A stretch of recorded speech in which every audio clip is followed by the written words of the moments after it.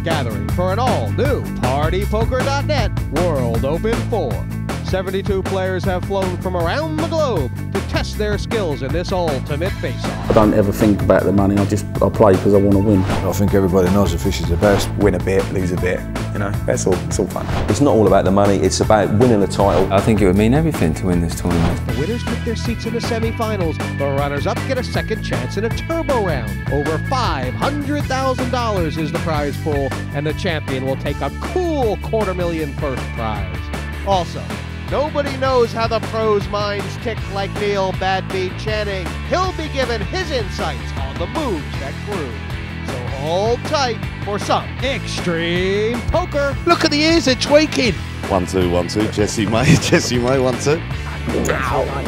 That's winning. Yeah? Tonight, another heat kicks off with a supreme lineup. Last time, a table of celebrities battled it out for a spot in Heat 1. It was Patel who won through, and he joins the table tonight. Everyone on that table knew how to play the game, so to come through that, a pretty tough celebrity. Yeah, more than chuffed. Andy's 17.5 ward is one half British deadpan, and the other half raving mania. He lets his game do the talking, and those razors sure fly fast. When things are going well, people look around and say, how did he get all the chips? Because hopefully they can just do it without anybody noticing, but it's all in the hands of the gods today, so we'll just play our best and see what happens. This internet sports trader is known as the Hangman. He's fresh off the back of winning a runner-up spot in the European Open 4 and pocketing $100,000. I suppose the pros, they win sort of big money like I did on a regular basis. For me to win it, it wasn't just about the money, it was the thrill of the ride, it really was. It's wonderful. Dave Gregory has been playing poker for over 25 years. His biggest win was back in 2006 when he took third place at the EPT Barcelona, where he won over $200,000. The buzz of a live tournament is unbeatable, you know, the adrenaline goes, and especially if you can get to the final table and whatever, you know, it's great. Luke is well known on the poker circuit. He has a quiet and modest style. He made the final of the UK Open in 2007. Can he do the same in the World Open 4? The last time I played in a TV tournament, I played really okay, but I played a very ABC game. Before I played really rashly and gone out after about 5 seconds, so it can be quite humiliating. So I'm going to try and play quite tight, I think, today. The Bach from Cyprus says he fears no one on the poker table. His greatest poker achievement is getting a spot on the World Open 4. The pressure is on for this 23-year-old. This is my first time on TV. I'm really excited. It's a free roll for me. I qualified for £40, so I'm going to give it my best shot and see what I can do. Shaved heads and stern faces. At the poker table, who could ask for anything more? Commentating with me tonight is poker journalist Matt Broughton, and he joins me now. Matt, nice lineup we've got. What do you like about it? Well, it's the diversity. We've got lots of different experience, lots of different styles, but everyone's on form right now. Of course, we saw Patel last time. Did you like his game? I thought he had great composure. He sat down with a plan. The cards weren't great for him, but when it counted, he struck. The form book says Craig Burgess. He was a runner-up his last time out in the European Open. And, you know, that winning form really helps. But I like this Andy Ward. He's an underdog. First time out. You think he's got a chance first time on TV? Well, I think confidence is the key thing, and it is on the back of a good run. If he sits down with the right mental attitude, anything can happen. Yeah, he was runner-up at a World Series bracelet event. He's an anorak. He's probably watched thousands of these, so let's see. There'll always be some surprises in the deck. Perhaps even the Jack of Diamonds can jump out and squirt cider in your ear.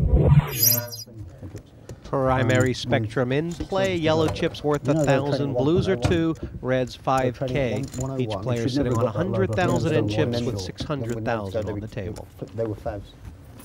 Well, Shane Warne took over. Patel on the button. Lines 1 and 2,000. I mean, if you talk about experience in this particular format, Matt, Dave Gregory there, under the gun, he's probably played more of these heats than everyone else put together. 6,000 total. Yeah, and you know, feeling comfortable and confidence, they're so important in these tournaments. And you can exert extra pressure on players that aren't familiar with the way these things run. But I don't think it'll take these guys too long to settle into it. They will have all played different tournaments at different structures, and they'll soon get into the flow of this. That said, Gregory's been a little salty the last year, and I wonder how he's feeling. He does have that kind of style where he gets out of the traps and plays pots in his first level, and it's not a great flop for him. No, well, you've got to be involved in the action. But if you don't connect, it's a pretty easy decision to get out of the way. And Gregory checking and folding. I think that was right. Luke was probably going to have a little bit of resistance there with the sixes.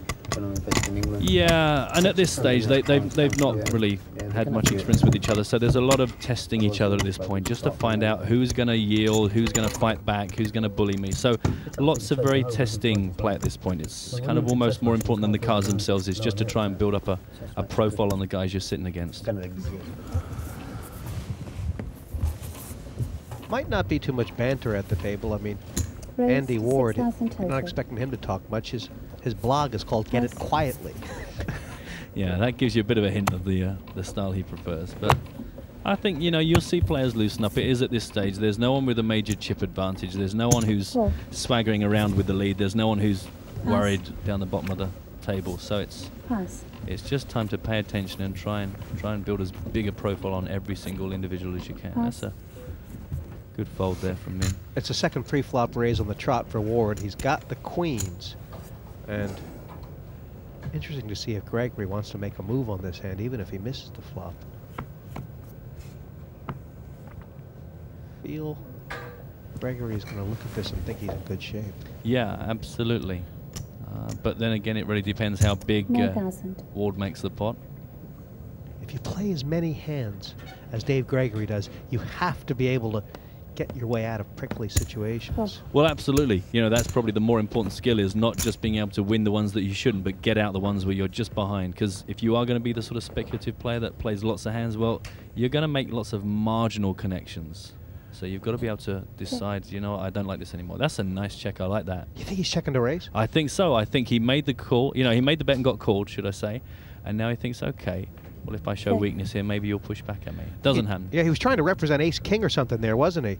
And Gregory doesn't fall for it, and that's a real danger card as far as Andy Ward's concerned. Absolutely, yeah. He won't be so happy to see that, but it could work out well for him. I think we could just see a bet and a call here. I don't know if Andy Ward's going to want to fire back at this. It's a funny sort of bet by Dave Gregory, because it's almost like he was trying to bet for value there. Yeah, I don't think Dave Gregory really knew. I don't think he was putting Andy on a specific hand there. I think we read it right in that he thought maybe this is a move being made here, a continuation bet. Actually been quite a quick first level. We're in the latter stages of it here. And it was fast and furious. Raise to 6,000. This feels like one step too far. I don't know. Well, I think we can quite safely say that Dave, he came here to play, didn't he? He's pushing the envelope. He is. This is a right liberty.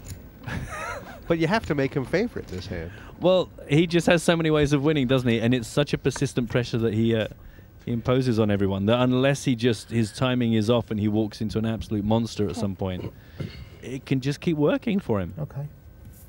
Well, this is basically a monster for Patel. I think Min was check raising there. I'm guessing he was, and Dave has very rightly gotten a free card. This is nuts now for Min, isn't it? Well, this is great. This is great. This could work out really well. It just depends what Min wants to do with this. I think you kind of have to push back with Dave, because if you're ahead, then Dave could well put more chips in the pot for you. 20. Raised to 20,000. Yeah, I think that's the way to go with a player like Dave.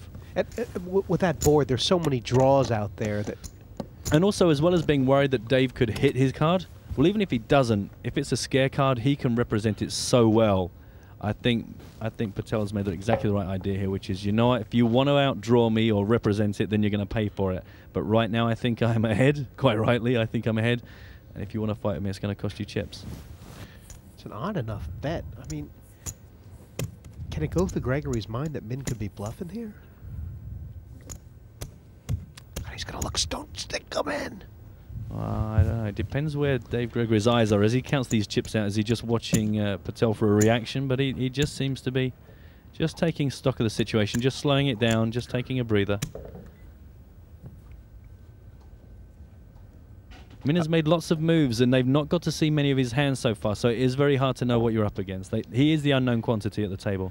I mean, obviously, Matt, he cannot call here, but He may have thought that a re-raise would push Min off. Little does he know that Min's got the nuts. Hopefully I can show the same discipline that I showed in the first set. I was pretty disciplined in some of the folds I made, and hopefully I can carry that through. But I don't know what to expect. I haven't particularly got a game strategy in mind, so just going to go in there and see how it goes.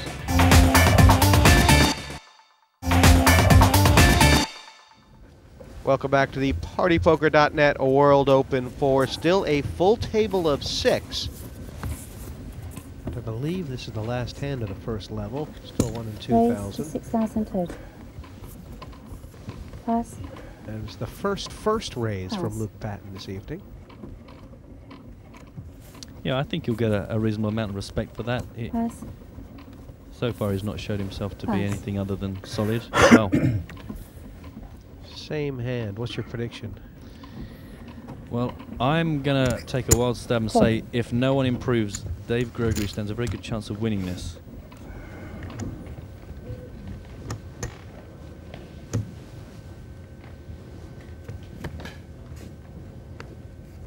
Oh, this will be fun.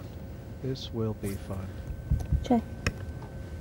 I think Luke will take a free card, and then Dave will come out firing regardless of the turn. I mean, Luke knows that this flop is not only in Dave Gregory's wheelhouse, but he's such a hard man to rob too, isn't he? Exactly, and you're scared. He checks you, and you think, I don't know what to do. Is he trapping me? Is he playing with me? 6,000. It's a bold sort of bet. Yeah, it means business. Oh, the call. I think Dave is setting him up here. I think Dave is setting him up to steal this at the end. Because if you're thinking, what card is Dave calling me with? Well, he must like the board in some way. I'm scared of Dave Gregory already. Yeah, I know. Look at him. Check. It must go check here. Playing with that? 4.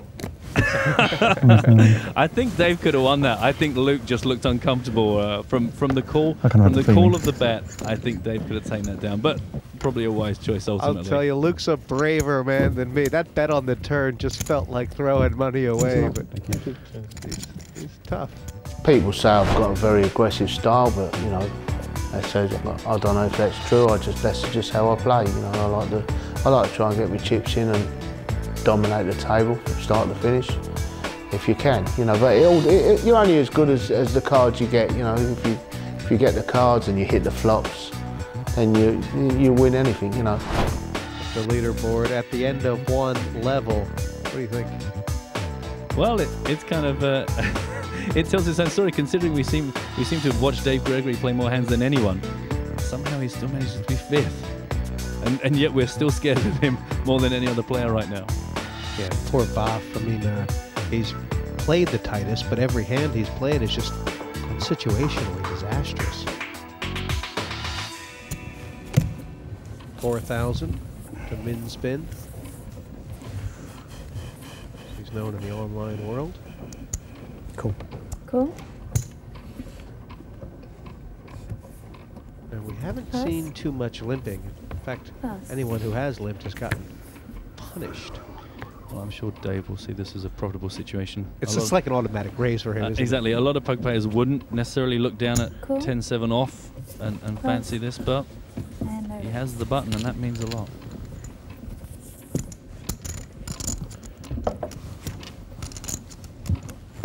Three for a free. And good news for Boff here. Check. How would you be playing this if you were Boff? Lead out or check, raise, or? 9,000. I think I would check raise and then try and shut it down quite quickly. So I think. Cool. Oh, he's just decided to call the bet from Dave. He doesn't want. He's a little bit scared of his kicker, isn't he? But what is he planning to do on the turn if Gregory fires again?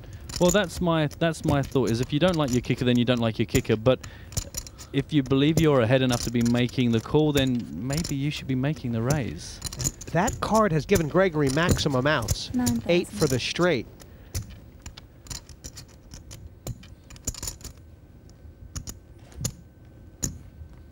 Cool. I wonder if either of these players know where they're at. Well, there are so many cards that can confuse Boff at the end here. It's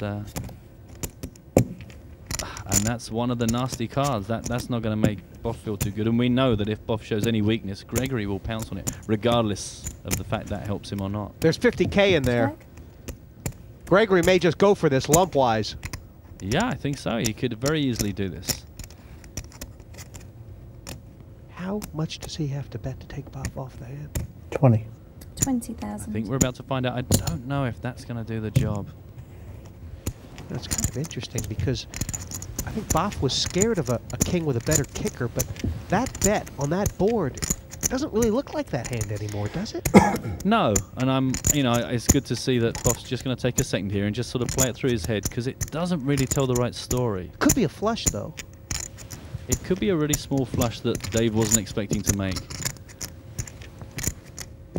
This is a really tricky one. This is a real make or break, and it's also nasty because we know that if you get this wrong, you could be setting yourself up to be the first knocked out, and no one wants to be that person. These are the tough decisions that you don't dream about when you're lying in bed imagining being on TV. You imagine the easy decisions, but this is a tough one. Yeah. This is prickly. And especially up against Dave Gregory, because if you're saying, okay, let's picture the hands that can beat my King 3 right now, there are so many, and could Dave have them? Absolutely. And you're getting no information out of that face. This is a real tricky decision. I mean, poor Boff. He's going to be sick as a dog if he calls here and loses and thinks, I just did 50K with a King 3. Wow. Let's lay it down. Wow. That's just experience, isn't it? I'm joined by Neil Channing, who's going to help us during this series wade through the muddle. And that was a complicated hand, Neil. I mean, talk about it from Boff's perspective first. Yeah, from Boff's perspective, it's tricky. I mean, a lot of times in these one tables, you come out with a plan. I'm only going to play these hands. I'm going to play tight. I'm going to do this. I'm going to do that. Suddenly, you're in the big blind with King 3, and you've seen a flop for free, and it comes a king. Now you're pretty well obliged to do some chips one way or another. So he was trying, I guess he was trying to make a small pot, and what he ended up losing was a medium-sized pot. Yeah, I mean, I like the idea of playing a small pot. He knows that Dave Gregory tends to be in with any old rubbish, and you know, he's got top pair. He's got a bit of a problem with his kicker. On the flop, he's pretty sure he's in front, but the best thing to do to keep the pot small is check and just call Dave Gregory's bluff. How about the turn? The turn is interesting. There's 30-odd thousand in the pot, 32,000. He decides to bet 9. I like this bet because he knows if he checks, Dave Gregory might make a big bet, maybe 25,000, and he may end up passing the best hand. If he bets just 9, which is a sort of a pretty small kind of blocking bet, what we call a blocking bet, he doesn't want Dave Gregory to make a big bet, so he tries to block him by making a bet himself. And 9's good, yeah, it stops Dave Gregory in his tracks a little bit. He's got a bit of a draw now. He's got the up and down straight draw with what we call a double gut shot. And so he just flat calls the 9. I quite like his play on the turn, actually. So you would have done anything different? Maybe, would you have called the river? I think I call the river, yeah. I hate Dave Gregory's bet on the river. I think there's 50 grand in the pot. Boff's left with 54. And Dave Gregory bets 20. Okay, you might say, well, he's trying to make it look like he's really desperate for a call. But the problem is, he doesn't really know this Boff too well.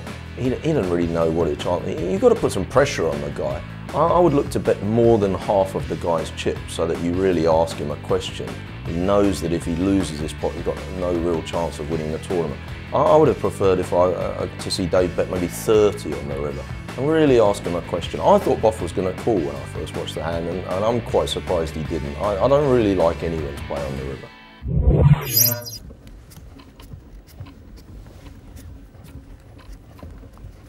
In on the button, Boff under pressure. Boff's under the kosh, in fact. Yeah, when this clicks over to the next level, that is just going to really bear down on him. And he needs to watch out that by the time he has the impetus to make the move, his chips don't actually equate to much.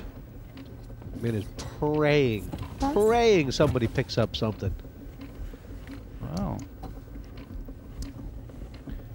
Craig doesn't like something about this. I don't think he's just dwelling. I don't think this is just Hollywood. I think he's actually taking something into consideration here. Well, Matt, I mean, from Burgess's point of view, Min has raised, I think every time it's come around to him on the button. And little does Craig know that Min's had hands, Yeah, I think every time. It's the perfect situation. It's so hard for... I mean, if Craig hits this and Min plays this well, this could be a really big pot for him. Check. Actually, a good flop from Craig, and that 10,000. shouldn't have any funny ideas. I tell you what I also like about Min is he always seems to take about the same amount of time. He doesn't really dwell up a huge amount. No more reds. No reds. He just seems to make a decision and act upon it. And we always say sometimes, you know, your first instincts are the best thing, and he just seems to play like that. He doesn't muck around so much. 25. Oh, he's making a play, and this is not gonna go well. You can see the thought process from Burgess, but it's just and against a lot of hands, it would be the right thing. But I mean, Min now can just take a second, give a bit of a sigh. Oh, you re-raised me. Is there a reason not to push here if you're Min? I'm all in. All in. No. He answered it for me. Nice bet. Fantastic. Yeah, Craig just... I think Craig wanted to show that he was a staunch defender of the blind, and absolutely. And look, you can see he's thinking maybe my timing wasn't so right. Though I think the thought process was correct. At some point, we've got to push back on our celebrity. But the truth is, it's actually not him making moves. He's just had the cards, and there it's cost him a lot to find out. Still to come. The action is mounting, but who is panting? How must be screaming if he was in? All in. Stamina will be key as this lot try and make it to the semifinals.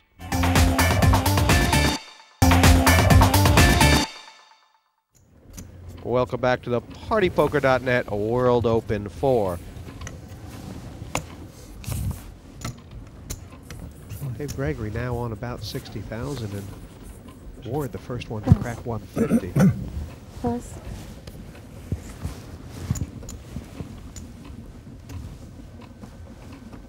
Raised to 14,000 total. Bafo comes. Yeah. Yeah, this is a different move. We've not really seen this from Boff before. Pass. He's been either just limping in or Pass. making a massive move with aces. Call. This is the danger. Danger is what happens when you miss the flop. There's 31,000 out there, and Boff needs it. I think you might have to push no matter what. Well, absolutely. I mean, how can you let this go? What kind of a strategy is it? If you want to get involved, you at least have the momentum of being the raiser. I think that he has to throw at this. It was a beautiful flop for Boff, and that Burgess missed. And now Burgess could be coming. 6,000. 6,000. I'm just not sure about the size of that bet. I don't know what that says. Well, it does look a little bit like he's trying to milk Burgess with an ace, doesn't he? Yeah, but I just get the feeling he hasn't got enough chips to play this game. Flush draw, pair draws for Boff, and he can bluff it. Check. I think he can win this with an all-in. Do you think? I believe he can, but I don't know if he's got the gumption to do it. Get him in there, Boff. Come on, Boff. 18,000. Oh, I don't know. 18. Well, it could look like it's meant to be tempting. Tough call from Burgess. It is. Oh, fantastic. I mean, that's the only good thing is, like you said, maybe the bet's so small it looks like I've got such a big hand, I'm just trying to milk every last single chip out of you, and the bet at the end. I mean, you can't blame Burgess for folding there. It looked like 3 aces all the way. Absolutely. Well, it looked like lots of things that were beating your pair of sixes, certainly. And for Boff, how much confidence is that going to give him? He's off the floor, off the mat, and he bluffed it. Not much coming easy for Boff in this heat, Neil. He makes maybe an easy layup look hard there. Well, this is it. You say it didn't really go easy, but he didn't make it too easy on himself, I think, Jesse. I mean, he's very low stacked, and he's trying to complicate things. And to me, his pre-flop raise is terrible. I mean, he's low stacked. Basically, these one-table format, it's not that difficult. It's not rocket science. He's got low chips. Why don't you just stick the whole lot in? You've got a reasonable hand, 10 and jack. If you get called, it's not the end of the world. He's made a bet where he's inviting a caller and he's going to get involved in a pot now where he needs to hit his. He doesn't have a made hand. He has Jack high. You know, what does he want to start getting involved in a pot for? That said, once you get to the flop, how important is the continuation bet, or does that actually look strong when he checks there? Well, I don't know. It's come ace-ace. I think you have to make a continuation, but he's raised the guy's called him. He's got to just have a blast, and you know, again, if I haven't somehow managed to get all my chips in before the flop, I'm certainly putting them all in on the flop. Okay, fair enough. You might argue that by checking, the other guy might be worried he's got 3 aces, but you invite all kinds of problems. You have at no time have you really asked the question, what's Craig's hand? So it's very hard to define his hand now, but because you've bet weak before the flop and you haven't bet on the flop, he's asking for trouble really, Bob. On the turn, could he have gone all in there as well? There's plenty of chances to get it all in this hand, Jesse. I can't believe I'd have got to the river without all my chips being in the middle, but having got to the river, the flush cards come, he's suddenly decided to represent something. I don't think even he knows what he's representing, but you know, he was up against a bloke with a pair of 6s, so he managed to get it through anyway.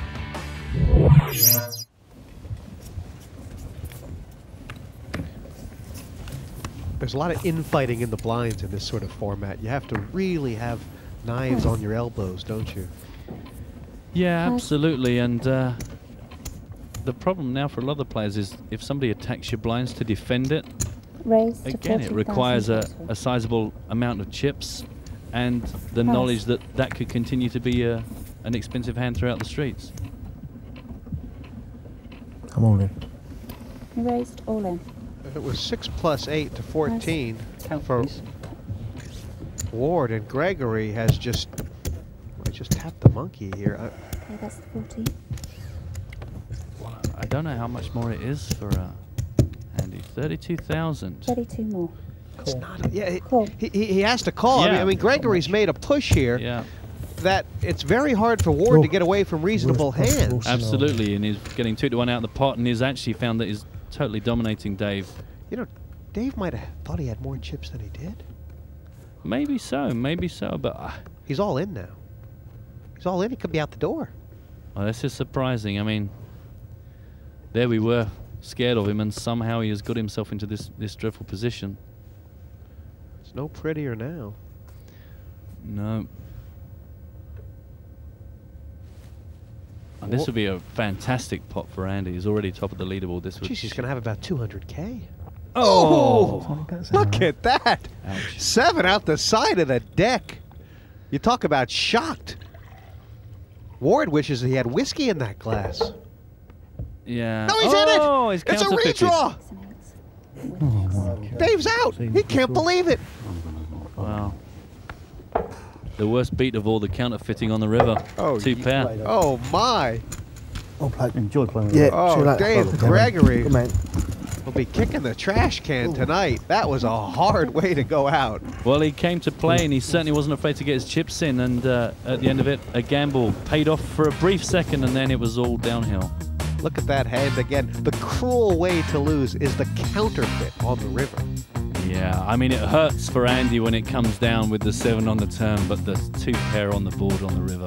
Oh, that's horrible. Yeah, and the ace kicker plays. Jacks and 8s for both. He had the best hand in all fairness, and I got lucky, and then he got lucky. That was it. End of story. Well, Andy Ward has broken this game wide open, Matt. He's been getting it quietly, but emphatically. And it's good news for players like Boff and Patel, because Dave Gregory was a real big presence at the table, and I'm sure they'll be very happy to see him leave. They're still talking about moving ground to Enfield, but I think they've cooled on that a little in bit. addition to being a poker junkie, he's a mad football fan. Enfield don't really want it. That's about Benjamin's block. Well, if we had any reservations about how comfortable Andy Ward would be at this televised table, I think they've been blown away now. Wow. This is unfortunate for Buff. I mean, he's just done here, isn't he? Call. And he's just called with these queens. Pass. I wonder mentally if he's committed, if he's trying to slow play and is just mentally committed no matter what comes on the flop. But maybe there's a chance for. Oh my. Oh dear. Well, this could be trouble for Andy if he senses this is an opportunity to make a squeeze play. But no, he's just called. And I mean, Luke is loving things. He's raised with the ace. He's gotten 2 callers, a big old pot. 3 queens, 3 aces out there already. And that's the perfect flop. Well, rainbow. And the bad news for Boff is that's the perfect flop for queens. Wow, what a check by Luke. What's up with that? Does he sense that Boff is chomping at the bit? 20,000. Maybe so. Is he trying to hook Andy Ward here? I don't suppose you're going to pass for the rest. I think that Luke is just salivating over the thought of Boff. Oh, I'm all in. Oh, look, I'm all in. Then he says, oh no. And how on earth can Boff let this go? There's no overcards. No, I mean, you got to feel for Boff here. I mean, nobody can get away from this, much less on a short stack. And the fact that played well. Pretty difficult to hit my hand. That Ward folded ace queen makes it even harder. Yeah, that's great. Absolutely. There's nothing you can say there. I mean, Boff has been perhaps too patient, but he's waited for an opportunity. There was no way, as soon as we saw the cards, there was no way that Boff wasn't going to get bust out this unless he managed to crack the aces on the board. There is a miracle queen in the deck. 23-year-old from Bridge North. Can he bash it? No. And, we got to see some good moves from Boff tonight. I mean, the bluff with the 10-jack, lovely stuff, but... Yeah. I think ultimately he just seems sometimes reluctant to get his chips into the pot, and that might come back to haunt him. Well. Aces versus queens. 2 big pairs in this format, just very tough to get away from. And a nightmare for Boff, because that is the flop you dream of. When you've come in quietly with queens, that's exactly what you want. There's no way you're not going to walk away with all your chips in the center. Aces up and quick as cash can. 4 players left. Pretty gutted. It's my own doing, I think. Didn't play as well as I'd like to. It wasn't really the queens. I got off to a pretty bad start. Pretty sure Gregory bluffed me when I had the king. Could go back, I'd change that. But didn't need to bet out on the flop with the queens, but he played it well. Fair play to Luke. But good experience, and I'll be back again. Not clear cut from here, and it does feel like the lineup where someone could really do something magical here as far as, well, just making a move with absolute zero. We've seen a lot of big hands as well. It feels like the players have made lots of moves, but in truth, we've had lots of big pocket pairs, lots of big aces. So it's no surprise that we've seen the chips move. And here's another example. 35,000. I think Andy's chips are going in, or Luke's. Well, they're pretty close in total. How should Andy think about this? How strong are 10s? All in. Oh, yeah. Raised all in. I think he's right. They know that the blinds are about to get very serious and they don't have too many hands left. If he's run into jacks, queens, kings or aces, so be it. If it's a race, then fingers crossed. I mean, and Andy must be so pleased that it's not an instant call, because it lets him know that he's right. He's not just up against a monster. What quality of decision does Luke have? Obviously, he wants to see how many he has left. I think he'll have about 135 or so if he folds. You know, he may feel like ace-queen is an automatic call. Ace-jack is very marginal. Well, you just don't want to feel stupid. You don't want to put an enormous chunk of your chips in and find that you're up against a pair. Because it could be queens or kings, so one of your cards is dead, and if you're already dominated, then you just feel like, I should be better than this. It's my first time playing on TV. I'm really not sure what to expect. I'll just try and put the rest of it out of my mind and play poker as best I can.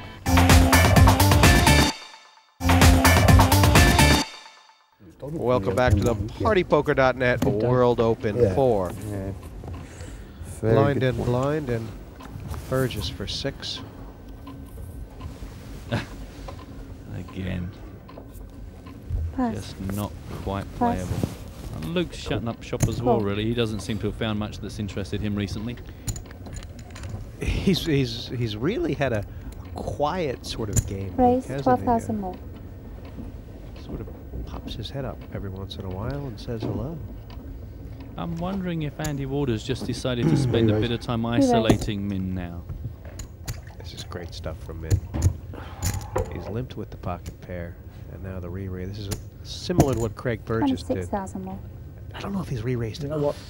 It doesn't feel enough, does it? Because Andy could well be getting the price to take a look with any two cards, but no, he's got it right. I think Min has been very impressive. Yeah, he has. And Andy, people prettier than Min. well, he just said to himself, you know what? I think that may be the first mistake he's made tonight in his mind. Craig Burgess nearly open-mouthed when hearing the blinds going up to 5 and 10,000. He ain't got much wiggle room. No, I mean, this is really going to punish him. He's been patient and he hasn't had much luck with the cards, so he's going to be hoping that all those bad cards are just leading to better things on the next level. From a bet frequency level, the disparity between the top two and the bottom two, it's significant. Absolutely, and I'm just blown away by Min. Look at that fantastic level of activity, and look how many hands he's won, and look at the chips he's accumulated.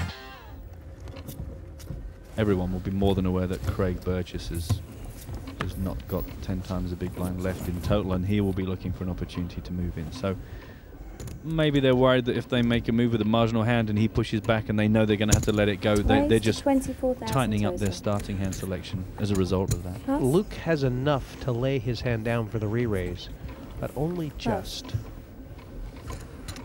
And perhaps against anybody but Burgess. Oh my. Wow. All in? I have to call. Yeah, it's not quite as big a re-raise as somebody else, and unlucky for Patten here.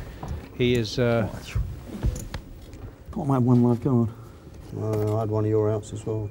Oh, cheers. That's not what you want to hear, is it? When you're such an underdog, you don't need all the people at the table putting their hands up and saying, I had one of your cards. He is gruff and gone. Luke will have about 40,000 left if the miracle doesn't happen, and the miracle now would be probably running a hearts. Burgess all in, but strong spot to double up. Well, there's a 9, so now... it's perfect card for Luke. It's basically max outs. Yeah, kings or eights. Couldn't have gone better for him, really. Sadly not. Cheers. Wow, 151. Well, Craig was give you a sweat again. Patient, and it's really paid off from there. Massive hand to pick up in that situation. Yeah, and Luke Patten now down to thin pancake. Really? Yeah, we're at 5,000, 10,000, and he's got your card comes from the table straight. Yeah. It's only worse when you cheer and you actually lost. Yeah. Calling that king. For Burgess, 151. I think that's. Guessing that's his highest chip count tonight. To be fair, they've probably done without saying that. I got involved in poker by watching it on TV. It's a wonderful product, and I've always been involved around gambling all my life. And to actually understand the concept of poker, and it is a concept sort of game in my opinion. It's not just a game that you can pick up glibly. Watched it on TV, started playing, had a real hook for the game, and I've been playing ever since.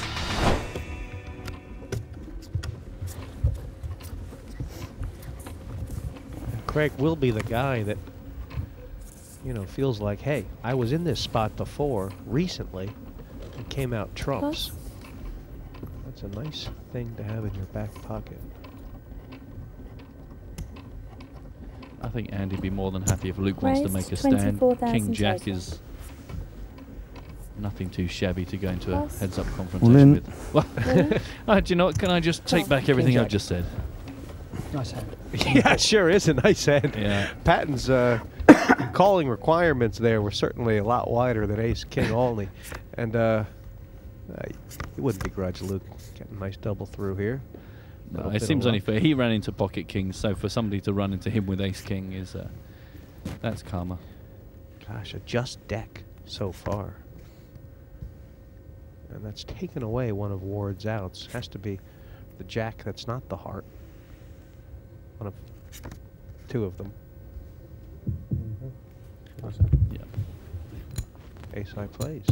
No complaints there. I don't think either player was ever likely to do anything other than exactly what happened. Right.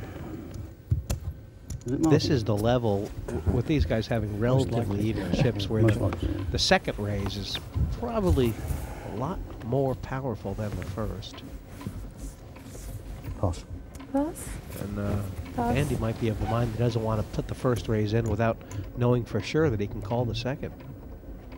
This is good for Min. You know, there's 2 of the 4 players out. Raised He's got himself an ace. 27,000 total. Also an opportunity for Ward if he... I'm all in. Yeah. All in? Yeah. This is great stuff from Andy. Yeah.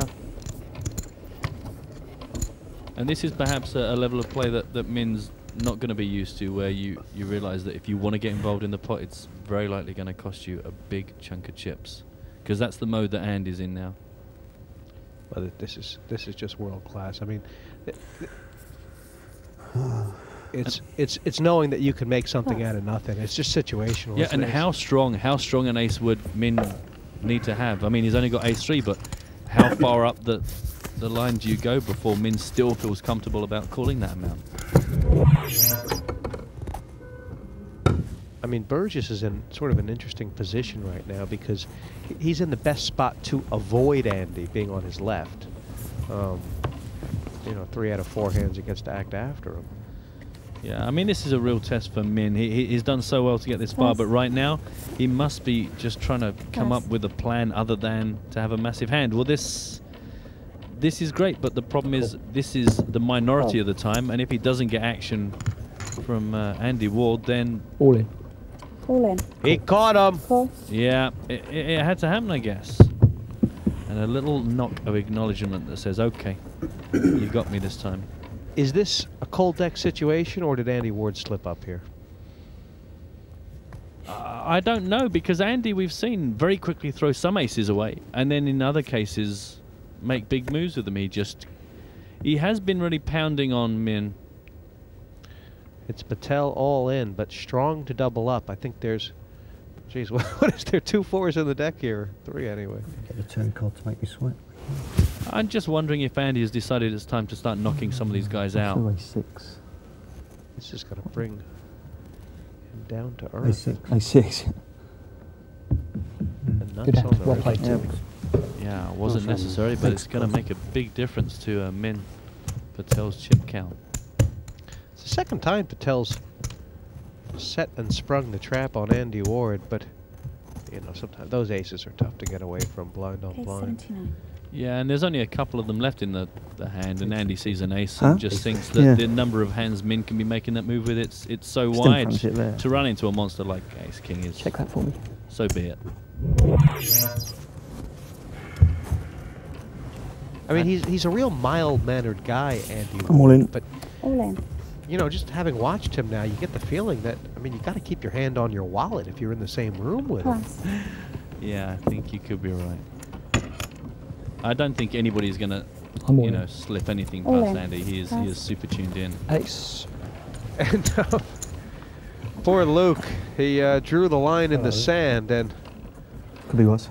Ward is painting a picture of the big ace here. 9 jack. Yeah, Could it's be a lot better not then, too couldn't it? bad. It's not in the worst Cheers, shape. He could have run into much Gone on bigger another hands, part of much your- worse situations. Is you know, he doesn't have to feel that this is entirely over. We'll see if the flop is kind.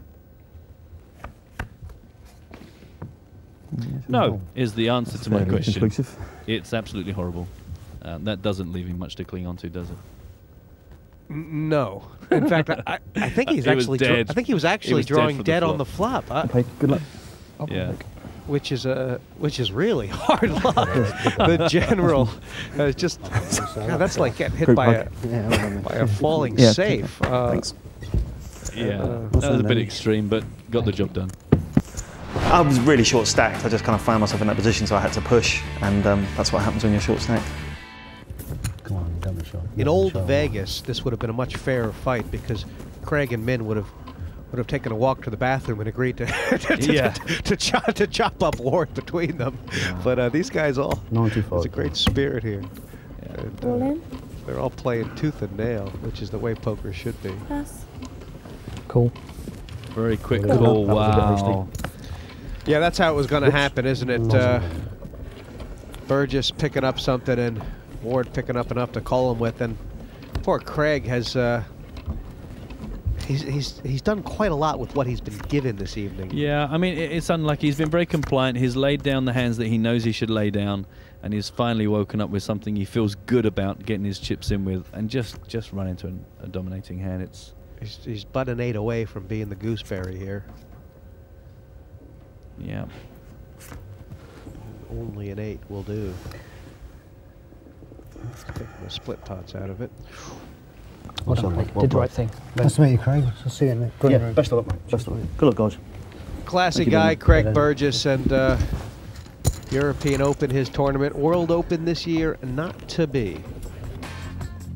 Well, Burgess's last hand, it just happens sometimes. Yeah, you can't fault his play. He waited for a hand that he would be proud to say he made his move with. It was just bad timing and nothing you can say. I don't feel too disappointed. I didn't exactly excel when we were three-handed. I laid down a couple of hands that I don't mind shoving my chips in with, but I don't like calling them off with. Hands like pocket threes, I know the guy's got 2 overcards. Hands like ace-4, where you could so easily be dominated. The irony is I've eventually stuck my chips in with ace-8, and the big blind, who's been very aggressive all night, has got ace-jack. What can you do? Well, just 2 left, but one has a little more than all the rest. Full credit, Matt, to Min Patel. He powered through the celebrity heat and has now guaranteed himself a spot in the turbo. But in order to guarantee that semifinals, he has to get through Andy Ward, who has been different gravy.